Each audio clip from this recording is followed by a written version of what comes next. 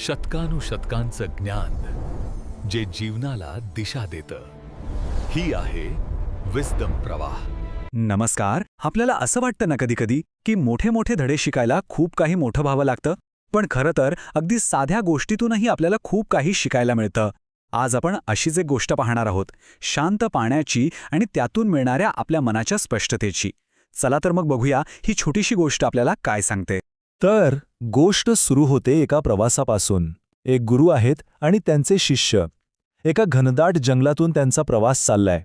आजूबाजूला सगळं शांत आहे, पण या शांततेतच त्यांच्यासमोर एक छोटीशी अडचण उभी राहणार आहे.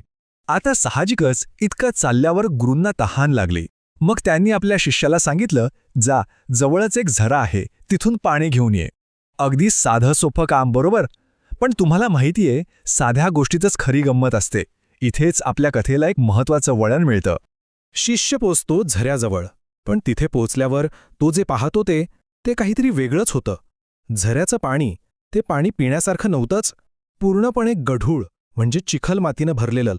आता प्रश्न पडतो की पाणी इतकं खराब का झालं होतं? तर झालं असं होतं की तिथून नुकत्याच काही बैलगाड्या गेल्या होत्या आणि त्यांच्या चाकांमुळे झऱ्यातली सगळी माती वर आली होती, ढवळली गेली होती आणि वरून वाळलेली पानं वगैरे पडून ते पाणी आणखीनच खराब दिसत होतं.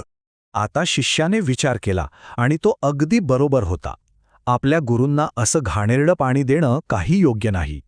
म्हणून मग तो बिचारा जसा गेला होता तसाच रिकाण्या हाताने परत आला. पण गुरूंची प्रतिक्रिया बघा, ती खूपच वेगळी होती. ते काहीच बोलले नाहीत, रागावले नाहीत, फक्त शांतपणे म्हणाले, परत जा, परत झऱ्याकडे जा आणि पुन्हा प्रयत्न कर. शिष्याला नक्कीच थोडं आश्चर्य वाटलं असणार, नाही का? गुरूंची आज्ञा होती ती तर पाळावीच लागणार. त्यामुळे शिष्य पुन्हा गेला झऱ्याकडे. पण काहीच बदललं नव्हतं. परिस्थिती तशीच्या तशीच होती. पाणी अजूनही गढूळ, पिण्यासारखं नाहीच. तो पुन्हा निराश होऊन परत आला. पण गुरूंनी काही ऐकलं नाही. त्यांनी पुन्हा सांगितलं, परत जा. आणि हे असं एकदा नाही, दोनदा नाही, तर चक्क 4, मग 5 वेळा झालं. विचार करा त्या शिष्याची अवस्था. प्रत्येक वेळी जायचं, तेच गढूळ पाणी पाहायचं आणि परत यायचं. त्याच्या संयमाची जणू परीक्षाच पाहिली जात होती. आता मात्र शिष्य पुरता थकून गेला होता. फक्त शरीराने नाही, मनाने सुद्धा. त्याच्या मनात निराशा दाटून आली होती. तरीही गुरूंवरची श्रद्धा इतकी होती की तो त्यांची आज्ञा मोडू शकत नव्हता. हे एक मोठं द्वंद्व होतं त्याच्या मनात. त्याच्या मनात एकच प्रश्न घोळत असणार की हे काय चाललंय, याचा काय अर्थ आहे? पाणी तर तसंच गढूळ आहे, मग गुरु मला पुन्हा पुन्हा तिकडे का पाठवत आहेत? काय साधणार आहे यातून? पण मग तो क्षण आला, तो क्षण ज्याने सगळं काही बदलून टाकलं. गुरूंच्या आज्ञाप्रमाणे तो पुन्हा एकदा त्याच झऱ्याकडे गेला आणि यावेळी मात्र त्याने जे पाहिलं त्यावर त्याचा स्वतःचाच विश्वास बसत नव्हता. तर झालं काय होतं माहितीये? इतका वेळ गेल्यामुळे पाण्यातली जी काही माती होती, जो चिखल होता, तो हळूहळू तळाशी जाऊन बसला होता आणि जी पानं वगैरे तरंगत होती ती प्रवाहाबरोबर वाहून गेली होती. आणि आता तेच पाणी, तेच गढूळ पाणी अगदी आरशासारखं स्वच्छ, नितळ दिसत होतं. शुद्ध, निर्मळ आणि पिण्यासाठी एकदम तयार. बघा, निसर्गाने आपलं काम केलं होतं. त्याला फक्त थोडा वेळ हवा होता. आता शिष्याचा आनंद गगनात मावेनासा झाला होता.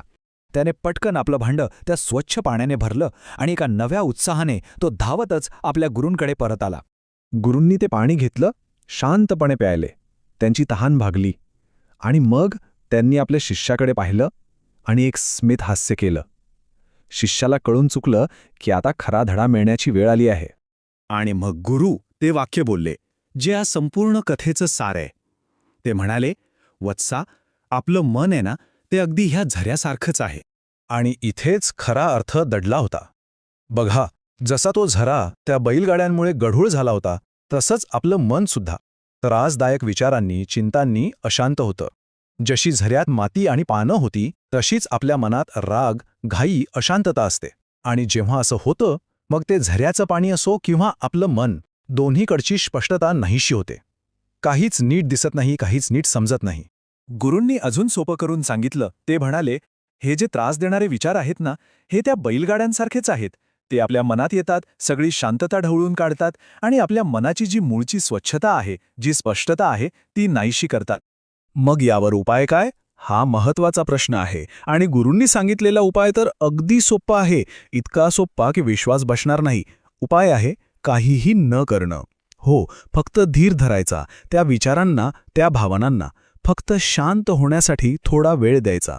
जसं त्या झऱ्यातली माती आपोआप खाली बसली ना, कुणी काहीही न करता, तसंच आपल्या मनातल्या विचारांचं वादळही वेळेबरोबर शांत होतं. आणि एकदा का ते मन शांत झालं की मग बघा, सगळं कसं स्पष्ट दिसू लागतं. चांगले, सकारात्मक विचार आपोआप येऊ लागतात. तर ही होती गोष्ट. पण यातून आपल्या रोजच्या आयुष्यासाठी आपण नक्की काय शिकायचं? या स्वच्छ झऱ्याच्या गोष्टीतून आपल्याला काय धडा मिळतो? यातून 3 खूप महत्त्वाच्या गोष्टी लक्षात ठेवण्यासारख्या आहेत. पहिली गोष्ट, जेव्हा मन खूप अशांत असेल, म्हणजे राग, दुःख किंवा खूप घाई असेल, तेव्हा कधीही मोठे निर्णय घेऊ नका, कारण ते निर्णय चुकण्याची शक्यता जास्त असते. दुसरी गोष्ट, आपल्या मनात नेहमी स्पष्ट आणि सकारात्मक विचार कसे राहतील याकडे लक्ष द्या. आणि तिसरी आणि सगळ्यात महत्त्वाची गोष्ट, प्रत्येक समस्येवर लगेच काहीतरी करायलाच पाहिजे असं नाही. कधीकधी सर्वोत्तम गोष्ट म्हणजे धीर धरणं आणि थोडं थांबणं. आणि जाता जाता एक प्रश्न जो आपण सगळ्यांनी स्वतःला विचारायला हवा. जेव्हा आयुष्यात सगळं काही गढूळ वाटतं, सगळा गोंधळ उडालेला असतो, तेव्हा आधी काय शांत व्हायला हवं? बाहेरची परिस्थिती की आपलं मन? या प्रश्नाचं उत्तर कदाचित त्या झऱ्याच्या गोष्टीतच दडलेलं आहे. विचार नक्की करा.